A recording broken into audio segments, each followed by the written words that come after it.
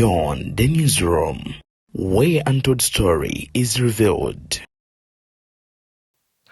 Okuva ku lunaku omukulembeze w'ekibiina kya National Unity Platform Robert Kyagulanyi Ssentamu Mitembo bwe yafuluma eggwanga lino Uganda, ebigambo bigenze byeyongera era nga biba bingi ku buli ssekinnoomu eyo nno.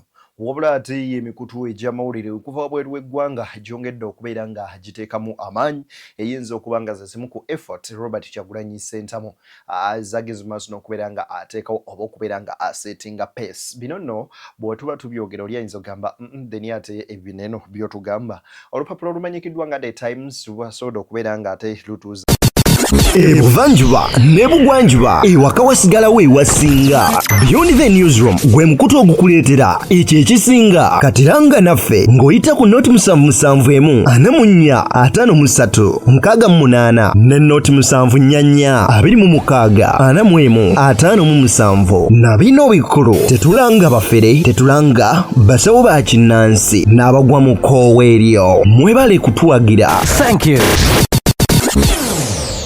Olupapula olumanyikiddwa nga The Times lwasobola okubeera nga ate lutuuza Bobi Wine 1-on-1 ne babaako ko bibanyumya baki abanene abasazeewo okubeera nga bayingira mu luno olwa Uganda ne Kyagulanyi. Bagamba nti obuwanguzi bwa General Museveni babukubamu ebituli era bwali tebutuukiridde birundi 10 ku kinnaakyo. Kakati nno Bobi Wine unveils his next step on an international interview. Atya bino nno byewuunyisa naye ate nga bituufu wabula byonna ngenda kuba mbikuwa osobole okubeera nga obiraba.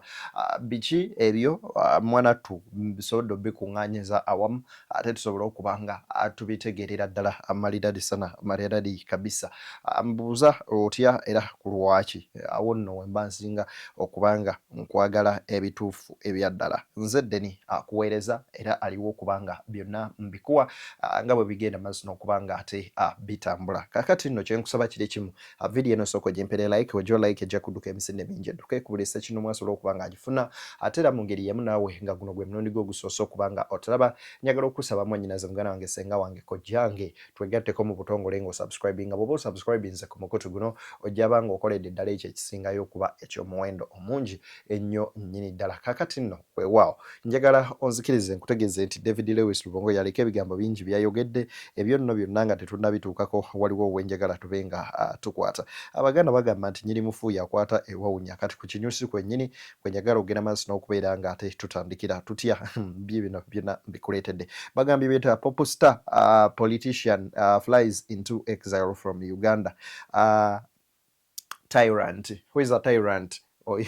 Byonna tugenda banga tubimanya wabula tutandikire wano wennyini ku video eno. Lwaki njagadde nsooke ku video buno bubiri bwokka tulyoke to diving into this heavy story. Sooka owulirize ebigambo bino. Kyagulanyi ali kufini goli kunkoko. Waita. Yangu bino bijjo. Bijjo. Wachi wechimusebe kya. Wachi. Kyagulanyi ali kufini goli kunkoko.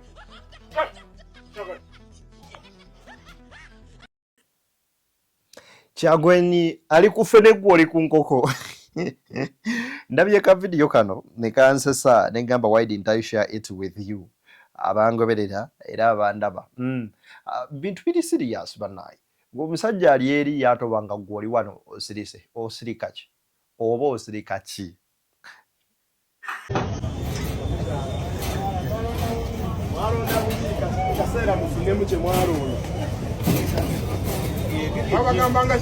Kutikinga ambulera nga bagaana babagamba kutikinga ambulera nga bagaana kati bagenda kutikinga kibaasi kati saa eno kaseera bafunemu naye bagume ayizulu. Abaami bano omanyi waliwo ekikwekweto leero mu bibuga byonna Mbale, Kampala, Wakiso, Mbarara n'ebirala bagenda bamenya buno obusakati bwe bassa ku maduuka ne bagattako ebintu. Abamu baba ba botiiki bana batunda ensigo bijanjalo biki aba ba cereals babimenya ne babijjawo bw'ogaana nno n'ebintu babitwala. Then ne buno obu canteens buyumba wa chapati n'ebirala byonna bali mu bimenya okulaba nga babijjawo. kyemmanyi oba kyendowooza nti bano omulamwa gwabwe omukulu lwaki babimenya baagala mudde mu maduuka such that amaduuka ago babongeza bongeza ennyumba ezo emisolo olyoka olabe nga naawe waka bizinesi akatini tokyalina yadde woosobola kuba nga odda oba woosobola kuba nga oddukira. Anyway, abaana bo bagambye nti twabagambanga muno ndambuleera nga mubitwala ng'ebyokusaaga kati mumaze okukitegeera nti ebintu bya ddala eyo ye Uganda mwe tuli. Awo nno katuveewo. Ku mukutu waliwo omukutu ogumanyikiddwa ng'ogwa is it New York Times, then the Times, yes. Omugumu gwandiise ne gukola omutwe ogugamba nti pop star, a politician flies into exile from Ugandan tyrant nti omuyimbi Nakinku yafuuka munnabi y'ebufuzi adduse alinnya ennyonyi n'afuluma eggwanga Uganda munnange n'adduka gavumenti eyamusibiramu bw'oba omukulembeze omusibiramu bwa oyinza okumuyita dictator tyrant ye mukulembeze akulembera n'amaanyi ng'akozesa eryanyi erissukiridde. That is a tyrant bw'oba okigenderedde mu bufunze. Kakati nno ne bagamba batya, ne bagamba nti Bobi Wine announces a brief exit after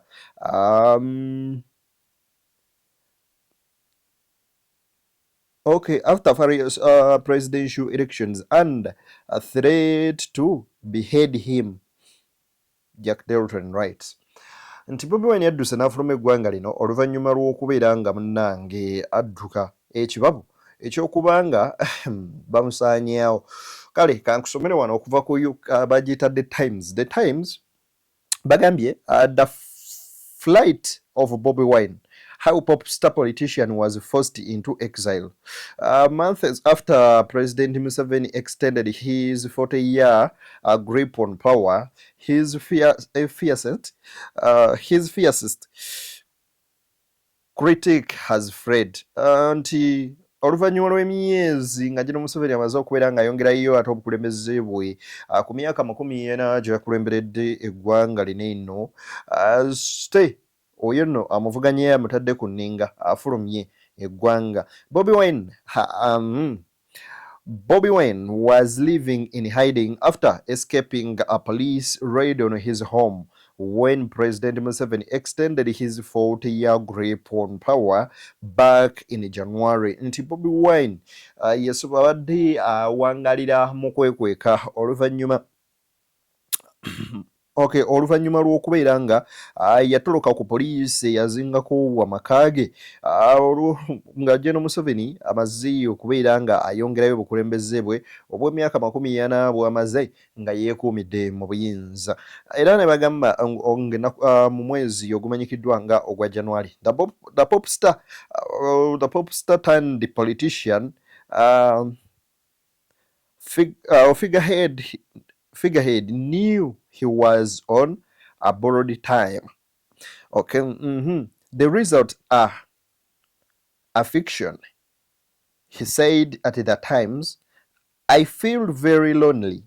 I am on the run from an insane military general who takes pressure in torturing people and is above the law. On Sunday, he was not just on the run, he was in exile. Kano bulijjo nkabagamba nga muŋŋamba mbwa nti Robert Kyagulanyi Ssentamu oyo kutoloka okugenda mu maaso n'okubeera nga afuluma eggwanga Uganda okulaba ng'agenda waali olunaku olwaleero kuno kwali kudduka kubeera ng'ataasa bulamu. Ekyo tukikkirize oba tukigaane.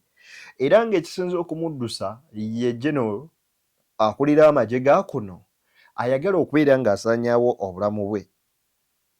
Kale on Sunday he was not just on run, he was in exile. Nti Bobi Wine teyali just kukudduka buddusi wabula yali mu exile, muba mu buwaŋŋanguse. Unshaven and with tired eyes.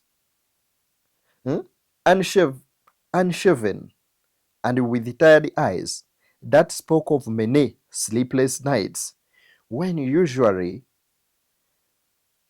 a charismatic performer, sounded despondent as he announced that he was no longer in Uganda.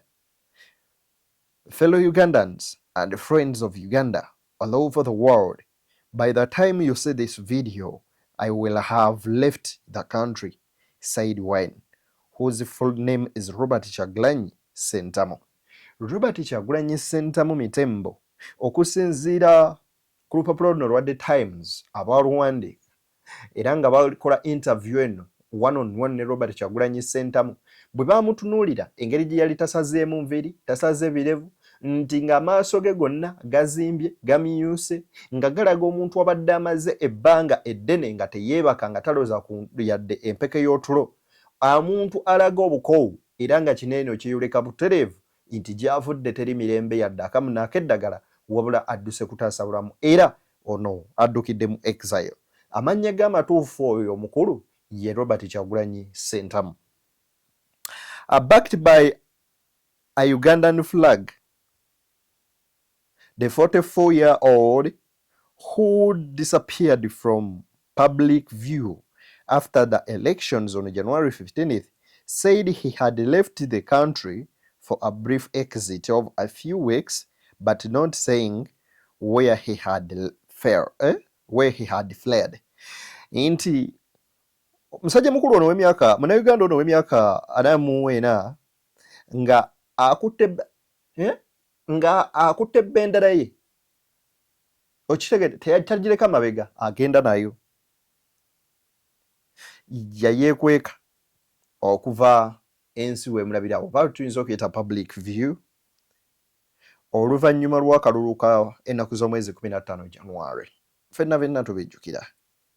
Era bw'atyo yategeezezza nti agenda kubeerako ko wabweru w'eggwanga weeks ezitali mbale ng'afulumye ate ku mirimu egyo emitongole.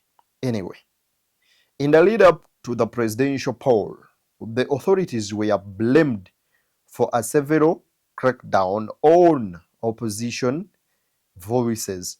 Activists and journalists, Human Rights Watch said a long-standing pattern of abuse against opposition has risen. Anyway, a long-standing pattern of abuse against opposition has risen to alarming levels. More than 2,000 people were arrested during the election period, with at least 30 people killed amid protests. Inti mu kalulu konna tugenza okava nkonna abantu abawera 2,000 be bakwatiddwa nga bali mu makomera, 30 abo bo battiddwa. Yoweri Museveni, the guerrilla leader turned politician who has led Uganda since 1986, won 72% of the vote. To claim his 7th term, it was a result dismissed by Wine. His supporters and international observers are as fraudulent. 2 months ago, Museveni yet again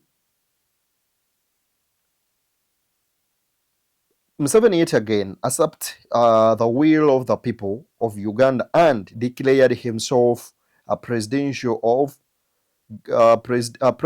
at gunpoint, said Wine in his social media message. A day later, gripped by shame and fear, the military invaded my home to harm me, but I was able to evade them. Robert Kyagulanyi Ssentamu. When he had evaded security forces for weeks after going into hiding as corners of his safety mounted, aimed amid pursuit by men royal to the president's son and presumed a successor, the army chief General Muhoozi Kainerugaba. Kainerugaba said he would behead Wine, accusing the opposition leader of specified crimes, even though Ugandan police had said they are not looking for him. Hundreds of security forces raided Wine's home after the election and threatened his wife Bobi. Otunuulira olupapula luno The Times bw'ofuna akadde ogenda maaso n'okubeera ng'osomayo ojja sasulayoko pound ejjabeemu osobola okuba nga ofuna account then after a month obenga ofuuka subscribe omutuufu kati ffe twasubscribinga dda nti Bobi Wine ebimu ku ebyo byagenza okukola nti international community ebadde esirise so kati mu kugizuukusa mukola interviews zino agenda aba exposing kati ogenze maaso n'okuba nga otegeera nti abantu abawera 2,000 be baagenda maaso n'okuba nga bakwatibwa bali mu kkomera oba abasukka mu 2,000 kwoteeka abantu abasukka 30 abattibwa era bano bakugamba nti ebitongole ebitunuulizi by'ensonga n'ebyo eby'eddembe ly'obuntu bo balaganga nti kino ekyaliwo kibadde nga ekitabangawo wanene mu ggwanga Uganda okusinziira ku ngeri gye balabamu human rights violation gye bakwatamu opposition abalwanyirizi b'eddembe ba journalists effujje lyabakolebwako lyali lisusse obanga gususse ew'omulamuzi nga bwe tuyinza ate okukyogera. Anyways eyo tuveeyoko njagala kati ate kubawa wano bino kati byabakulu mukko kummwe abategeera wano wembaagala wuliriza anti bali bagambye mbwa Bobi Wine tetumwetaaga tetulina kati wuliriza kati ne wano lumbu yalina kyagamba. General Secretary w'ekibiina National Platform David Lewis Bwongoya naye agibwako essimu ye okukebera biki byabadde akola ki byanyuma ne president wabaalina conversation yonna kuno bagenda gattako leader of opposition Mikulu Joel Ssenyonyi nawe Court Sapine tegenda kulekawo kuliko ba traditional leaders abakulembeze ab'ennono nabo bagenda batekako Court Sapine babajjeko amasimu gammwe bamanyi kye bagenda okubala kye bagenda okukosa saako n'abakulembeze mu maddiini ag'enjawulo.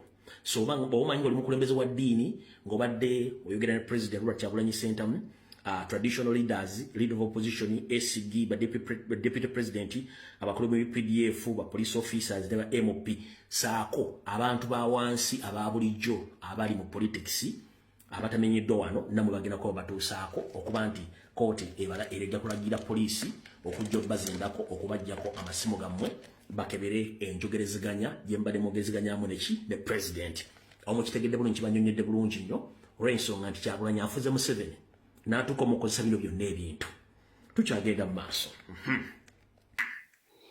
Ndowoozaako mukawulidde lumbu yenga agamba nti it's like a security alert nti bagenda kukola kye bayita phone scanning oba baba bagifotokopingamuko information eri eno etuuka direct n'eri. Anyway ebyo byo katubimma amazzi. David Lewis Lubongo yono kamukuu w'obudde bwe bobono baagala agende ayogere nabo physical naye ekiseera kye ky'okufuluma eggwanga kyali tekinatuuka nga waliwo emirimu emirala gy'akola wano gyali akola wano era temulowooza nti yali mukwekweka jasi yabagamba yavaayo n'abategeeza nti ebbanga lyonna lyamaze nga lugimu emunoonya abadde yeekweka naye nga bwakola emirimu bwatuukirira abakulembeze b'enjawulo bwakola emirimu gye egy'enjawulo jasa okuba nti abantu babatasinkana n'ebirala teyali agadde kubateeka mu buzibu. So amazima gali nti obudde butuuse neesanga alina emirimu mingi nnyo gy'alina okukola mu mawanga g'enjawulo nga bwe mbagambye. So kyova olaba tesobola n'okuteeka kisobola bagamba kiseera kigere newakubadde for example kati wabadde awayo authorization ti deputy president wabeera ng'okwasaganya obuvunaanyizibwa yamugambye ebeera ng'okukwasaganya weeks 3 naye ate mu weeks 3 ezo ziyinza okuggwako bw'aba akyalina byakola n'akola ki ekiseera ekyo ne kyeyongerayo. So bw'anaaba amaze emirimu gy'agenzeeko ajja kukomawo era nga bulijjo bw'abadde akola afuluma eggwanga n'akomawo. Ekikulu kiri nti emirimu gijja kugenda mu maaso nga gitambula. So sebo tusobola gamba nti yadduse kubanga singa yali wakudduka yali wadde adduka nga twakava kulonda immediately nakijjukira nti family bajja attackinga yekennyini ne bamulumba ate tebakomyawo bano abasajja abaswavu babadde batambula nga bamuyigga buli wamu wona wona ne mu kyalo bagendayo eggomba ne bataakinga babuuza ali ludda wa badde bakola road blocks ez'enjawulo nga bamunoonya bakola ki byonna byonna so singa yali wakudduka boolyawo yali badde yadduka dda naye yali talaba nsonga lwaki adduka kubanga bannansi baali bamukuuma yabagambye nti yali agenda oluusi mwekerezi ez'enjawulo ne bamufunira n'ekitambiro ky'emmisa era n'avaawo n'agenda n'akola emirimu emirala bwe bityo bw'abadde atambula mu Uganda ng'ali protected ng'ali shielded by the common people of Uganda abantu baffe aba bulijjo nga bwe bamulaba bamuyingiza waka waabwe n'amala ennaku 2-3 yeeyongerayo okutuuka ekiseera bwe kituuse n'asalawo sooka afulumemuko ekya gavumenti ekisikiriza kati ebyo sigenda kubyogerako kati kyesobola okugamba nti ekibiina kirina enkiiko ez'enjawulo zekibadde kituuza mulabye nga tumitinga abakulembeze baffe abalangirirwa naawe bwe babba kubanga nga bwekimanya abasinga sagamba nti abakulembeze baffe baluzinga oba babawangula wabula bababba tebabalangirira abasinga era tubadde n'enkiiko ez'enjawulo mwalaba wano twalina olukiiko lw'abantu baffe aba mu Kampala ate tukyagenda mu maaso ne deputy president waffe kati acting president tumitinga abakulembeze baffe mu bitundu by'eggwanga eby'enjawulo okubazaamu amaanyi ate n'okulaba nga struggle egenda mu maaso gye tuliko ey'okwenunula bannansi bakimanye nti ensolo ku kizigo bweri tulina okukola kyonna kyonna kye tulina okukola twenunule twejje mu mbeera eno nga bwe twabagamba bannakyemalira bwe bamala okubba akalulu oba baba feelinga comfortable ng'alowooza teri kisobola kumuyigula. Ntera nnyo okukozesa statement egamba nti there are many ways of killing a rat. Waliwo engeri nnyingi ez'okuttamu emmese gwe oyinza okuddawo n'olowooza bana ogamba nti kino n'ekino kibajja okukola okulaba nga bajjako gavumenti, yet there are other strategies abantu ze basobola okubeera nga bakozesa kubanga tusobola kubanga oli mu 2026 ng'okyagala okubeera ng'okozesa strategies ezaakozesebwa mu 1980 never era ekyo tekisoboka unless nga olina kikyamu ku bwongo. Kitegeeza ki David Lewis? Anyway, ayina waneno ke yakoze aba BBS wuliriza. So sebo tusagamba nti yadduse omuntu abeera mwewusa agamba nti yadduse no president yafulumyemu okukola obuvunaanyizibwa n'abagambye nti bwe yava mu kulonda bw'ati bwe twava mu kulonda waliwo ebitongole bingi nnyo ebadde bimuyita nga baagala agendeyo physically. Anyway, Lubongo ya mukuddamu ebyo. BBS yo ya posting anekola ka post akagamba kati akakano. Kagamba mbu Robert Kyagulanyi adduse mu Uganda agamba embeera emulemeredde.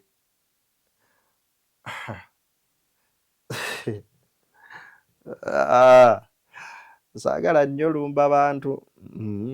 Ffe tetuli balwanyi ba ntalo. Kambi yeesonyiwe. Tugende wano. Omuntu avuganya gavumenti bwe tulowooza nti alina abantu abamugoberera abasukka mu bukadde obubiri tasobola kubeera mu ggwanga kiswaza ate kyeraliikiriza kubanga kiraga ng'eggwanga lyaffe nti bwe litambula ekigere kimu mu maaso ne liddayo ebigere 10 emabega.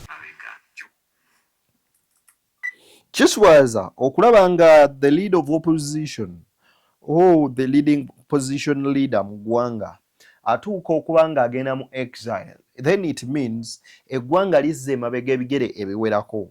Nti lwaki? Era nga bw'otunuulira nti Amini bw'awamba gavumenti y'Obote, Obote ku bugenje yali agenze byakyukamukko n'agamba nadda ate ku buwaŋŋanguse n'atandika okulenga strategies empya butya bwagenda okukuba Amini amugyewo ate yeddize obukulembeze obwo. Kati bw'obitunuuliramukko byonna nti Uganda ebadde eraga nti ekutte ekkubo erya democracy, nti Uganda esobola okukyusa obukulembeze mu mazima mirembe, nti akalulu kasobola okukyusa obukulembeze, kikuzeeyo eri ne kigamba nti kyeka kino kizze mabega. Ye abaffe bw'ojjukira ebigambo by'omukulu agamba nti kwota pini eyingira mu nnyondo na ggaali bw'eba yayingiramu na ggaali efulumamu naki. Ebyo byonna ojja obyebuuza. N'ekigambo ekirala ebalala kye batera okukozesa nti najja nagundi ngenda nagundi, bw'oba tulina kino kyandeeta oba tusobola kunzigyawo. Ebyo byonna buba bubonero obw'enkukunala obusobola okulaga nti eggwanga lizze mabega teriyeyongedde mu maaso. Anyway, bo nga batunuluzi b'ensonga era bwe baba nga bo baziraba mu ngeri ey'enjawulo okusinga ku ffe balaba ensonga in different dimensions compared to us we are the people who use our common eyes without that much knowledge about the politics and the history w'abakulembezi ab'enjawulo n'ensi ez'enjawulo eziyise mu kino oba oliawo Uganda kyegenda maaso n'okubanga ate eyitamu mu kaseera akalinga kano bwe kati. Anyway, ebyo bwe mba mbitadde ku mabbali njagala kuwa katambi kano wuliriza ku bigambo bino bikulu nnyo weetaaga obbimanya. And if Kyagulanyi is not only about NUP and Uganda, if it's about Uganda, then where he has retreated, he should now embrace not only NUP, all the forces of change. It is like actually his second chance to rebrand. He's not going to only depend on NUP, but he will depend on all willing Ugandans and the international community, all people who are watching. Instead, also even engaging the government within to say, actually, it's as if now Kyagulanyi should negotiate a safe exit for because the real culprits, I think, are the people who are in government. So he should engage them and negotiate a safe exit for them, because right now it's more of that level. He is a big player now that he is out of the country. Did you see Kyagulanyi's move coming? And to what extent was not prepared for a possible exit of your principal? Well, Simon, first of all, if I could briefly comment, we're asking that is he abandoning the struggle? It's only unless you have a very narrow understanding of the struggle. Because even we have colleagues, even comrades who are out of this country who have been participating in this struggle. And every struggle reaches a point where the leader, of course, the leader makes tactical decisions for the sake of the bigger goal. Even Nelson Mandela went underground, we are talking about 2 months, for over 17 months, and he couldn't be seen because he had to engage in issues that would not ordinarily be dealt with publicly. So has the internal struggle failed that you can now take the external option? No, they have always been moving hand to hand. You yourself said that he has always been moving out of the country. So they have always been moving hand in hand because, like you've said, he has always been engaging. Kanso Mosisi nga aline kagwanjala mwami ono omulala erinnya lye linvodde mu mutwe. But submission ye ndyagadde nnyo. Agambye nti Robert Kyagulanyi Ssentamu, by the way, no move ey'okufuluma yaje embraces naye n'agamba nti yeetaaga okwe-embracing other forces of change eziriwa okwasaganya n'abo abalala abali ku mulamu ogw'enkyukakyuka okulaba nga ababrandinga wamu nga tayawuddemu nti nfa ku kibiina kyange kyokka ekya National Unity Platform wabula bonna okuba nga obagattira wamu. Kyagulanyi okufuluma agambye nti ekyo si kyamaanyi nzira mu bya Musisi n'akutegeeza nti Nelson Mandela omuzira ayogerwako mu Africa wano yali omukulembeze we South Africa yagenda n'abula ku bantu. He went into hidings for over 17 years. 17 years, that is 1 year plus 5 months nga ali wabweru. If someone could hide himself for over a year plus 5 months, it's something huge or big. Just imagine singa kyali ku ntebe guno bandiyogedde biki era bye bimu ku ebyo ebyogereddwa ku Robert Kyagulanyi Ssentamu. Naye ye wano abadde in hidings for only 2 months. As I told you earlier that there are many ways of killing a rat, and the main cause is to kill the rat. It doesn't matter how or when. No, never. Mu bigambo bya Alex Waiswa Mufumbiro, why do I quote Alex Waiswa Mufumbiro too much? Because he spent that quite much time with Bobi Wine. And abalina ebimu ebibagatta bitya nti balinako ebimu ebibagatta era ebisinga bagatta ebimu ku byo yenkyukakyuka. Alex Waiswa Mufumbiro yagamba nti we batuuka mu kkomera ewasibibwa Nelson Mandela nga bagenzeeko South Africa eyo ne Robert Kyagulanyi Ssentamu ne Mama Babi nti Bobi Wine yayeebaka ewantu awo we basibira Mandela n'ayimukawo ne Waiswa ne yeebakawokko. Babi yekka yateebakawo. Naye ebigambo bye baavawo ne commitment ng'egamba nti olaba Mandela yamala emyaka close to 27 years ng'ali mu kkomera. Then ne bwe kinaaba kino bwe kunaaba kutusiba tugenda kusigala ku mulamu gwa struggle n'okubeera nga tulwana. That's why you're seeing Alex Weswamufumiro in prison, very strong, like as if he's outside, because he knows one day, one time he'll be out of the jail and he will get out victorious. Obajja kubanga afuluma ng'avayo mu komera n'obuwanguzi. So bw'otunuulira Musisi ng'ayogerako kino, yes, there are many forces of change, era ekisinga mu byonna it is to come together and you fight for yourselves. Kankwongereka video kano. If he had stayed, from what came out of the election, the indicators, and I was watching closely from Vancouver because I also was on a retreat to watch what is happening. If you saw Kyagulanyi's last rally and the enthusiasm he had created, and you remember being a musician, it worked in his favor. He had energized every Ugandan that there is a possible change. Only what stopped him is the military. And the things he said, if he had stayed around, these people were not willing to take a risk. What you should see in Uganda is people are not willing to take a risk for anything. That's why Kizza Besigye is in Luzira prison. There is no honesty. The government cannot take any risk. So if he hadn't fled, and Kyagulanyi was saying these things at the rally, when he knew he has a backing of a very big state, who some of us know, he was being protected. And they told him to say them because they protected him. And they told the government, don't touch him. And somehow... Yeah, aren't you trading on conspiracies? It's not conspiracy. It is international relations. And he was being protected by a very powerful government, and some individuals who knew even government cannot penetrate their network. Okusinziira ku mwami ono agamba nti Kyagulanyi yakuumibwa era abadde alina abamuli emabega okuli gavumenti n'abanene abatasobola kubeera nga ne gavumenti ya kuno tesobola kubeera nga oboolyawo ebotola olukomera olwo. Era yagamba nti ku kyeyalabako okulala ezokka ezaasembayo nga Kyagulanyi amaanyi galeese si ga bulijjo, si ga buntu, era ng'alaba bw'eba nkyukakyuka esobokera ddala, era abantu basobola okubeera nga bafuna enkyukakyuka. Kyokka nga n'abantu balaze nti bazze mu bungi era nga bamugamba nti we are ready okugenda maaso n'okuba nga tukulwa akalulu. Wabula ekyennaku nti unfortunately bannayuganda tebali willing kubeera nga batekinga riski eriwa ey'okubanja akalulu. Nti meaning that singa baali bagenze kukuwa okubanja akalulu, those forces ne ziddako ne zisindika bwe ziti ne Bobi Wine yeeyiwako, something would have happened. Naye ekyo bwe kyagaana, ekirina okuddako kulina kuddayo wansi ku board oba ku mmeeza kubanga baleyinga strategies empya. Ebyo bigambo byani? Oyo omukulu.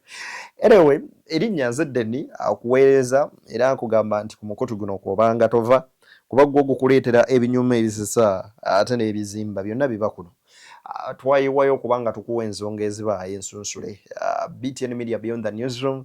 Lwaki tonzikiriza naye nkutera wano ne tusinkana nga Gurude no yakkiriza baana ba taata. Nzikiriza kanamuse muganda wange bamuyita Hans. Hans ogamba otya kansubira ekisiibo okitwaliriza ddala bulungi nnyo nnyini ddala.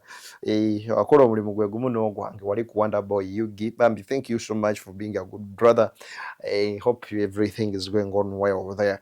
Kale n'abaana abalala naddala abatugoberera wano ku Beyond Other Newsroom badde njagadde olwaleero munnange mbeebaze n'obubeera nga mbasiima. Kebere wano mu comments zaffe wano abaana abasinze okuba nga bambi mutuyirawoko omubiri mwe abatavaawo waliwo Joan. Yes, thank you so much. Ono bamuyita ne Star TF8. Thank you so much.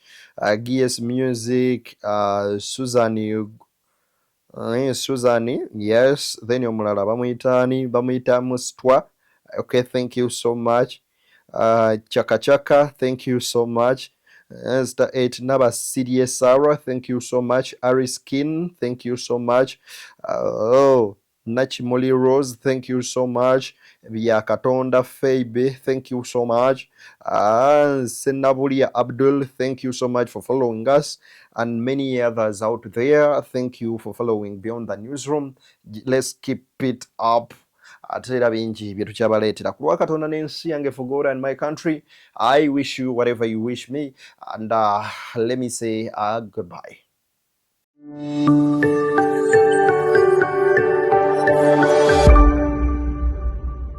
Beyond the Newsroom, where untold story is revealed.